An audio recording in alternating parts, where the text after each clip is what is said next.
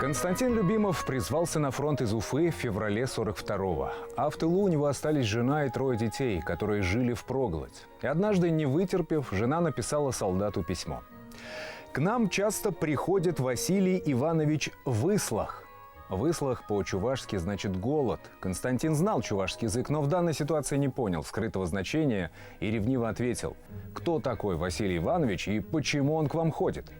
Радиотелеграфист Константин Викторович Любимов воевал до 9 мая 1945 года на Воронежском, Юго-Западном, 3-м Украинском фронтах. Участвовал в освобождении многих городов. Вел секретную документацию, характеризовался как храбрый боец и надежный товарищ, награжден медалями. После мобилизации они с женой часто вспоминали непрошенного гостя с фамилией Выслах и подшучивали над фронтовой смекалкой солдата.